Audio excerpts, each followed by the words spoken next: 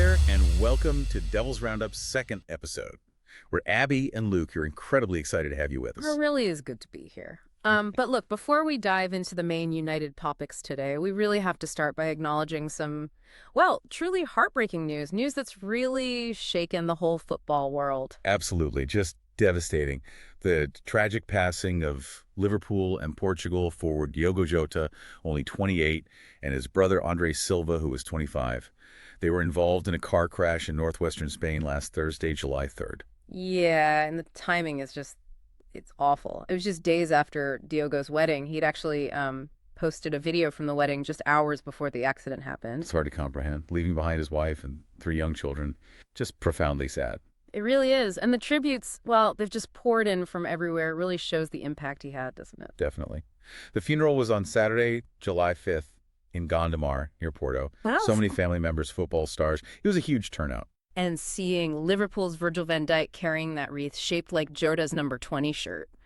That was a really powerful, poignant moment. Yeah, it was. And from our own club, from United, Bruno Fernandes was there with his wife Ana Pinho, Diogo Dalot too, Harry Maguire, Mason Mount, Ahmad, even Joshua Zirkzee.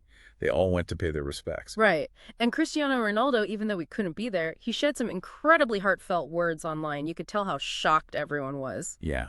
Portugal's coach Roberto Martinez, teammates like Bernardo Silva, Danilo Pereira, João, they were all there too. It just underlines how much he meant, across the whole sport. And the tributes kept coming. Pedro Parenca, the Football Federation chief, called Jota an icon. Jurgen Klopp said he was heartbroken. Arne Slot called for unity at Liverpool. We felt like everyone wanted to show their support. And that Oasis tribute. Ah! Wow. Playing live forever at their Cardiff concert, their first in 16 years with his picture on the screen. That was really something. Really moving. It just shows, doesn't it, how far his influence went beyond just football. Definitely. And you saw it elsewhere, too. Minutes of silence at the Club World Cup games over in the U.S. Fluminense versus Al Hilal, Palmeiras versus Chelsea. Yeah, the Chelsea players held up a jersey as well. Right. And at the women's Euro 25 matches, too. Anfield? Well, it became a sea of flowers, didn't it? They opened a book of condolences, lowered the flags. There was even a memorial at his childhood academy. And that detail about him driving because he couldn't fly after a recent lung operation, it just adds another layer of tragedy to it all. It does. You heard Mohamed Salah say it made him frightened to return, which is completely understandable after something like that. Yeah. And Liverpool reportedly planning to pay out the rest of his contract, the final 2 years, to his family. That's a really significant gesture of support. It truly is. It's just a stark reminder, isn't it, of life's fragility, even within this, big football community we're all part of. Our thoughts are absolutely still with the Jota and Silva families and everyone affected. Absolutely. In times like this, you really see the football world come together. Yeah. Okay, so shifting focus now, but still talking about significant changes. Yeah.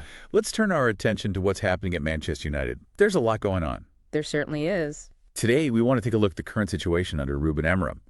We'll talk about the mood at Carrington, get into the latest transfer news, who's in, who might be coming in, like Bryan Mbeumo, the search for strikers. And the flip side, too, the challenges of selling players, which seems to be a major hurdle right now. Exactly. We'll also touch on some perhaps surprising stats about last season's performance and the bigger plans for the future. It's really about getting a handle on the current landscape at Old Trafford and figuring out what it might mean for the season ahead. Right, so let's start with the manager, Ruben Amorim. Now, despite what feels like a pretty challenging, maybe even slow transfer window so far, reports suggest he's actually quite optimistic. Really? That's interesting given the circumstances. Yeah, apparently he gets the financial situation. He understands that the club kind of needs to sell players before they can make any really big buys. It seems like a calm approach, quite different from how he was reportedly feeling at the end of last season. Mm-hmm. A shift in mood then. And part of that optimism, maybe, comes from the lack of European football this season. Exactly. He seems to genuinely believe that the extra training time they'll get during the week without those midweek European games will be really valuable once the Premier League kicks off. More time for tactical work, building cohesion. You can see the logic, I suppose. It's a positive spin on it anyway. And that positivity seems to be filtering through to Carrington. The atmosphere there is described as very positive. Oh, okay. Why is that? Well, interestingly, it might be partly because some of the big-name players aren't actually there with the main group right now. Think Garnacho, Sancho, Rashford, Malacia, Antony. Right, the ones potentially leaving. Exactly. So with them not around, it's led to a perhaps more focused, maybe more cohesive training group, which, could genuinely boost morale and unity heading into the new season. That makes sense. Okay, let's get into the transfers then. As of Friday, July 11th, what do we actually know? Who's definitely through the door? Well, the big one is Matheus Cunha from Wolves. 62.5 million. A significant fee, and a sign of Amorim wanting that versatile forward presence early on. Yeah, seems like a key signing for his system. Who else? There's the young lad, Diego Leon, from Cerro Porteño. Initial £3 million, potentially more with add-ons. He just turned 18. Okay, one for the future there. Then Enzo Cannabijik, a free agent from Le Havre, though he's immediately gone out on loan to Lausanne Sport in Switzerland. Right, so not for the immediate first-team picture. And Harley Emston-James, another young player, joined from Southampton for about £1 million. So Cunha aside, mostly younger players or loans out so far. Pretty much. And I think that feeds into this general skepticism you still hear about the club's direction. Concerns that, without more major additions, getting into the top four is going to be really tough. Yeah, you hear that a lot. And maybe frustration with how the negotiations seem to be going. Feeling a bit slow, maybe? Exactly. That feeling that the tactics are slow, maybe ultimately ineffective, as some put it, especially if the club drags things out only to pay the original asking price anyway. So is the club just projecting optimism, maybe, to try and counter that fan dissatisfaction that's bubbling up because of the, limited action so far? Could be part of it. Look, the proof will be in the pudding, won't it? Those first few weeks of the season are going to be absolutely crucial. Yeah, we'll see pretty quickly if that extra training time Amorim wants really pays off on the pitch. If results aren't good early on, that optimism could fade fast. Definitely. Okay, so the striker search. This feels like the most pressing issue, right? It does. Even with Cunha able to play there, it's clear they want another sort of out-and-out center forward. And the name that keeps coming up is Bryan Mbeumo from Brentford. Right. Reports say 2 bids rejected already. Brentford want, 63, 65 million? Something like that, yeah. And crucially, Mbeumo himself is apparently really keen on the move. Which always helps. Yeah. But that asking price, it's steep. It is. And Rio Ferdinand weighed in on this, didn't he? He basically said United need to find a way to meet Brentford's price. What was his reasoning? He said, and I'm quoting here, "It's been in the news for far too long. To get to a situation, to get to the end of the window and it doesn't happen, I think that will be an egg-on-the-face situation for Man United unless they go and get someone else." Strong words. Did he say why Mbeumo specifically? Yeah, he said Mbeumo fits the bill, physically dynamic, scores goals in the Premier League, knows the Premier League. Hard to argue with that, really. No, he ticks a lot of boxes. And you see that reflected in fan comments too, don't you? People like Christine, Aniti, Scott just saying, get the deal done. Yeah, there's definitely an urgency there. But then you've got others, like Graham mentioned, saying, look, we shouldn't be held to ransom. It's a fine line. It really is, especially when you need a goal scorer. Are there other names being seriously considered? Well, Victor Gyökeres was mentioned a lot, but it sounds like he might be off to Arsenal now. Victor Osimhen, Hugo Ekitike. Probably too expensive given the current constraints. Okay. Any other possibilities? Dominic Calvert-Lewin's name has popped up. No. Apparently, he'd be very open and excited about a potential move, especially as a free agent. And Ollie Watkins is supposedly on Amorim's list, but that probably hinges on selling Rasmus Højlund first. Right, which brings us back to the difficulty of outgoings. And they missed out on Liam Delap, too. He went to Chelsea. Yeah, though the club apparently sees that as a positive, strangely. Like, okay, we can move on now and focus elsewhere. Okay, so the dilemma is clear. They need a top striker, but the money's tight, forcing them to look at maybe less glamorous options than usual. Exactly. It's a real shift from the typical United approach. And don't forget, they're expected to go for a midfielder too. So still a lot of plates spinning. Definitely. Okay, let's tackle those outgoings head on. This seems critical to everything else. It really does. We're hearing that 5 big names, Rashford, Garnacho, Antony, Sancho, and Malacia, have actually been told to delay their return to training. Wow, okay. Why? To give them more time to find moves away. Apparently, they've all told the club bosses they want to leave this summer. That's huge news. A real statement of intent from the club, trying to clear the decks. And get this specifically about Rashford. He's apparently been told he has to give up the number 10 shirt to Matheus Cunha. Oof. That really signals the end of an era for him, doesn't it? Mm. Shows the new management isn't messing around. Not at all. Yeah. And the Jadon Sancho situation seems particularly messy. Yeah, he was on loan at Chelsea, refused to lower his wage demands, apparently, which makes selling him incredibly difficult. So United could end up Well, paying him to play for Chelsea? potentially. That uncomfortable position of paying a player to play for a rival, as it's been put, exactly the kind of thing the new structure wants to avoid.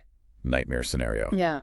And then there are the confirmed leavers whose contracts are up. Right. Christian Eriksen, after 108 appearances. Johnny Evans, who made 284 appearances and is the most decorated of the leavers. And Victor Lindelof, 241 appearances over 8 years. That's a lot of experience walking out the door. A real clear out. Definitely. Tom Heaton might stay. He's in talks. But a load of academy players are being released too. It feels like a proper squad overhaul. And all these struggles, selling players especially, they're not new issues, are they? Not at all. They're, deeply rooted, years of arguably poor financial decisions, that inflated wage structure we always talk about, maybe a lack of coherent long-term planning. We've touched on this before, haven't we? We have. And it all links back, for many, to the financial impact of the Glazer ownership that reported $1.2 billion taken out of the club over the years. Money that could have gone into the squad or facilities. Yeah. Now, the club did release a financial statement recently. Showed a wage reduction. Yeah, about $20 million down on wages. Partly, though, because of a redundancy program affecting around 450 staff members. I hate that still, yeah. It is. Look, it's genuinely tough news for anyone losing their job, and obviously our thoughts are with those affected. It's a hard step, but the club frames it as necessary for this new disciplined investment approach they keep talking about. A move towards sustainability, I guess. Yeah. But amidst all that difficulty in selling, there was some positive player news, wasn't there, with Bruno Fernandes? Absolutely. Huge news, really. He apparently rejected a massive offer from Al Hilal in Saudi Arabia. We're talking 100 million. Wow. Why turn that down? Because he wants to keep playing at the highest possible level in major competitions. Simple as that. Plus, Amorim asked him to stay, and the club apparently told him they didn't need the money. That's quite a statement from the club, given the financial talk. It is, and it sparked debate, as you'd expect. One fan, Nick, made a good point. Positives are he's the core of the team, hard to replace, brilliant season last year, shows commitment. All true. What are the negatives then? Well, where does he fit perfectly in the new system, and will the club ever get offered that kind of money for him again? It's complex, but having your captain commit like that, that's a massive boost. Definitely can't argue with his dedication. Okay, let's shift gears slightly. Away from transfers, there's some exciting stuff happening around the club itself, isn't there? Stadium plans. Yeah, really exciting. Plans for a potential new $2 billion, 100,000-seater stadium near Old Trafford, which would likely mean demolishing the current ground eventually. That's massive. Gary Neville had strong views on this, didn't he? He did. He basically said Manchester United must have the best stadium in the world and the best training ground in the world, setting the bar high. It shows real ambition from the new part owners, I think. It certainly does. And this kind of investment, especially from American owners, it's becoming more common in English football, right? Absolutely. It's a huge trend. Think about it. 20 years since the Glazers took over United. Now about a third of all EFL clubs have U.S. backers. And that's likely just going to keep growing. It's changing the whole financial landscape of the game here. Interesting times. Okay, one last thing before we wrap up. A surprising statistic about last season's performance. Oh, yeah. Go on. Because mostly it felt pretty underwhelming, setting unwanted records and all that. Exactly. But despite that overall campaign, it turns out United were actually very good at holding on to leads. Really? How good? Well, out of 16 games where they were actually in a winning position, they only lost once. Dropped just 11 points from winning positions all season. Wow. Okay. That is surprising, especially when you compare it to, say, Spurs, who lost the most points from winning positions. Right. So maybe some solace for supporters in that stat. A hidden strength, perhaps. Something subtle to build on, even amidst all the difficulties. That's a great point. It really highlights that contrast, doesn't it? Between all the perceived problems, the slow transfers, the financial issues, and these maybe underlying strengths. Yeah, like the positive vibe at Carrington you mentioned, or this ability to see out a game once ahead. Exactly. So maybe the biggest challenge for Amorim isn't just about who they buy, but about unlocking that resilience, that hidden potential already in the squad, building that mentality from the ground up. Makes you think, doesn't it? In this era obsessed with transfers, maybe the real focus needs to be just as much on the psychology, the spirit of the team they already have. Definitely something to ponder as we head towards the new season. Okay, that's it for today, folks. If you liked our show, you can find our podcast wherever you get your podcasts. Simply search for Devil's Roundup on your favorite platform and hit subscribe so you don't miss an episode. You can also find us across all your favorite social media platforms. We're really interested to hear your thoughts and opinions on the show and everything Manchester United. Feel free to leave your comments wherever you find our podcast or accounts on social media and let us know what you think. Liking, subscribing, and sharing our podcast would be a huge help and a big support for us. We look forward to having you join us for our next Devil's Roundup, airing next Friday. Thanks for listening.